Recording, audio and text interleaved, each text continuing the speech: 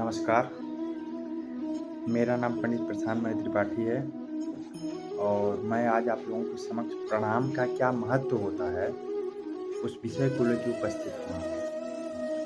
और अगर आप पूरा वीडियो देखते हैं तो लास्ट में आपको कुछ ऐसी जानकारियाँ मिलेंगी, जो अगर आप उसका प्रयोग करें,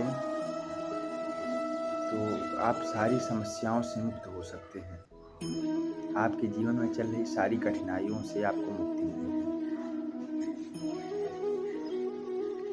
और आज मैं उसी के विषय में बात करने वाला हूँ।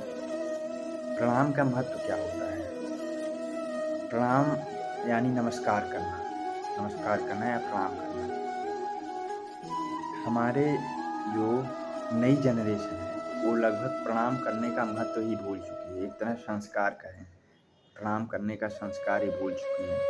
हमारे सनातन धर्म में प्रणाम करने का ही बहुत बड़ा महत्व है। प्रणाम करने का मतलब सामने वाले को भगवान का दर्जा देना। और आप किसी को प्रणाम करते हैं तो आपको आशीर्वाद ही देगा, खुश रहो या दीर्घायु मस्तु या जो भी हो, वह कभी आपको गाली या कुछ अन्य नहीं कह सकता। तो आज मैं इसी प्रणाम के विषय पर चर्चा करने वाला हूँ कि प्रणाम से क्या लाभ होता है। प्रणाम से जुड़ा एक महाभारत के युद्ध में तथ्य है।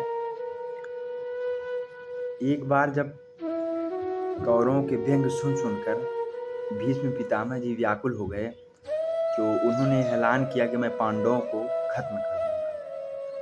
अच्छा, इस बात का पता जब द्रौपदी जी को चला, तो ये सब जानते ही थे, पुरुषार्थी थे भीष्म पितामह जी, जो एक बार ठान लियो करके ही रहेंगे, और उनके सामर्थ्य का भी सबको पता था। तो द्रौपदी जी व्याकुल हो गई। वह भगवान श्री कृष्ण के पास गई और सारा बात जो था वो बताया कि ऐसा ऐसा बात है। भीष्म पितामह जी ने फैसला ले लिया कि पांडवों को मारेंगे।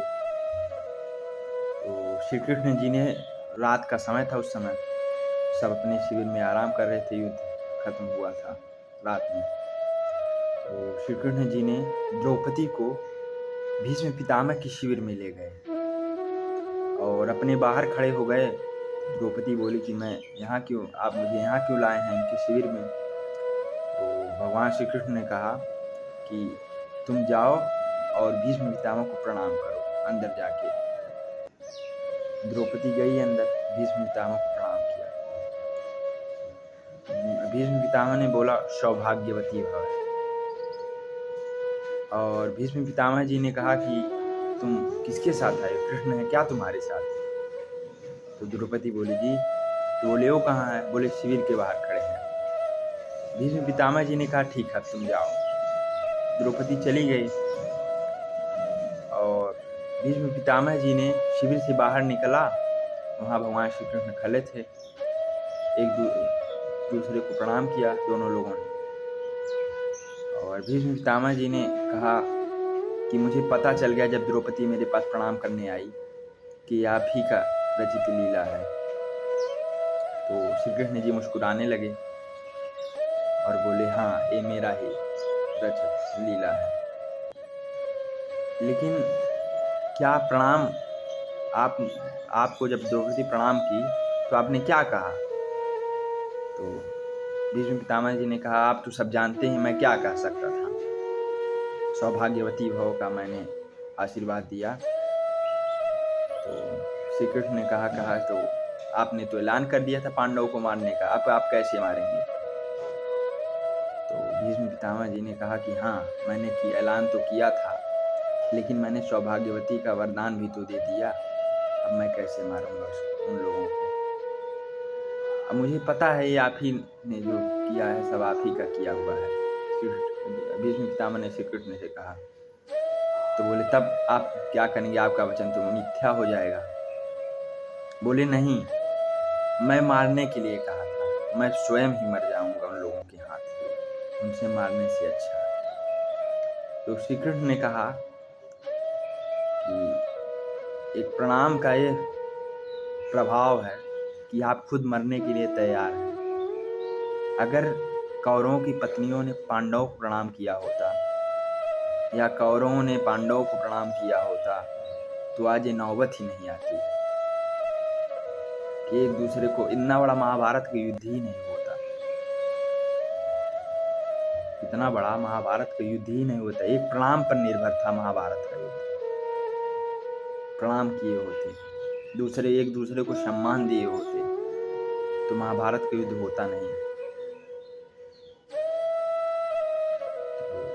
प्रणाम का इतना बड़ा महत्व होता है कि युद्ध तक टल जाता है। तो घर में अगर कोई छोटा मोटा कलेश भी होता है तो प्रणाम से सुलझ जाता है। जब महाभारत का युद्ध टल सकता था, पांडवों की मृत्यु टल सकती थी, तो घर में छोटा मोटा कलेश क्या सा चीज है। भीष्म पितामह ने अपना वचन तोड़ दिया प्रणाम के चक्कर में, मिथ्या हो गए, अपना प्राण दे दिया एक प्रणाम के चक्कर में। प्रणाम का इतना बड़ा महत्व होता है। और मेरा एक आजमाया हुआ तरीका है कि जहाँ 20-25 विप्र या ब्राह्मण बैठे हों, सबको बारी बारी से आप प्रणाम कर लीजिए, तो एक कन्फर्म है कि किसी न किसी की जुबान पे एक बार सरस्वती का वास अवश्य ही होता है।